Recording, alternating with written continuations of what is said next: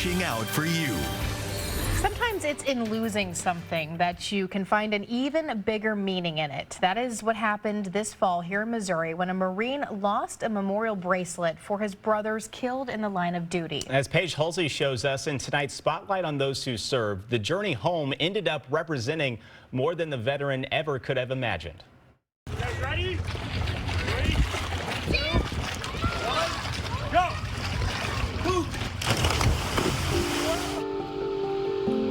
120 feet below the surface, partly buried in the mud on the bottom of Table Rock Lake, something caught scuba diver Lance Stahling's eye.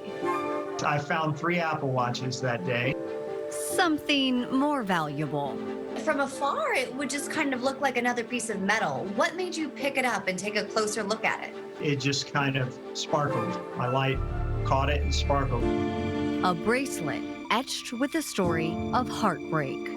The name Brock Babb and Josh Hines, and then I saw KIA, and I showed it to the guy that was piloting the boat with me, and he said, "Oh, that's a soldier's memorial bracelet." And I said, "Really? Okay." Well, I'd never seen one before, and I said, "Well, this looks pretty important," and I just had to return it to the guy.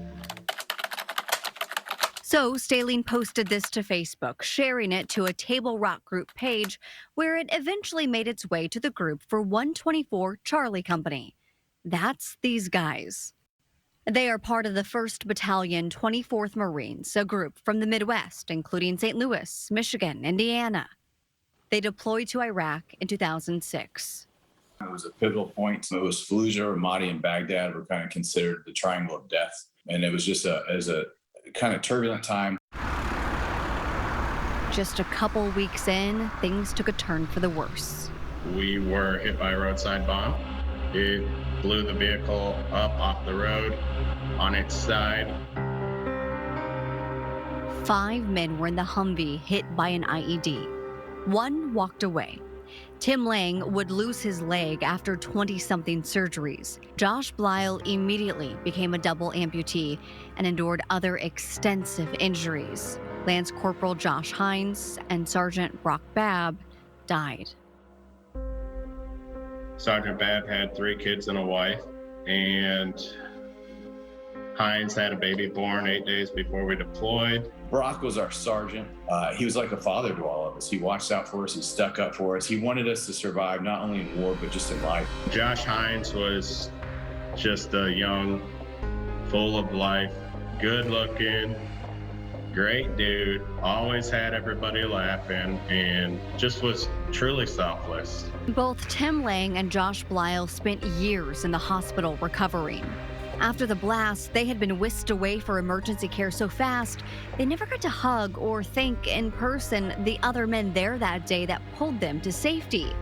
That was until this fall. A moment that I'll remember for the rest of my life. The Warrior Reunion Foundation brought the company back together. You shared blood, sweat, tears, literally. You also feel like there's nobody else that truly understands what you've gone through, and all of that happens without even sharing a word. You literally just go up and give them a hug, and all that is being shared mutually, and you don't even have to discuss it. A couple weeks later, Tim Lang, who rarely uses social media, hopped on Facebook in search of pictures from that reunion, and he saw this, shared in a veterans group. Instantly recognized it. You guys ready? Ready? That is Tim Lang at Table Rock Lake on a family vacation this October. And that's the splash that slipped his bracelet off his wrist and to the bottom of the lake. When Lang saw the Facebook post, he immediately messaged Lance Staling, the scuba diver. I was ecstatic and relieved that I didn't have to worry so much about this person missing their very sentimental item. Staling immediately put it in the mail to Lang in Michigan, who was feeling the weight of the anniversary of that fateful October 15th day. It was on the 15th that it came in the mail to me, which is the 15-year anniversary. And you know that just the way I was feeling, it changed my whole mood because I just felt them right with me. And to me, that part is the most special. Somebody else had a hand in this. For sure. There's no other way for me to describe it. It's just really cool. For News 4, I'm Paige Holsey.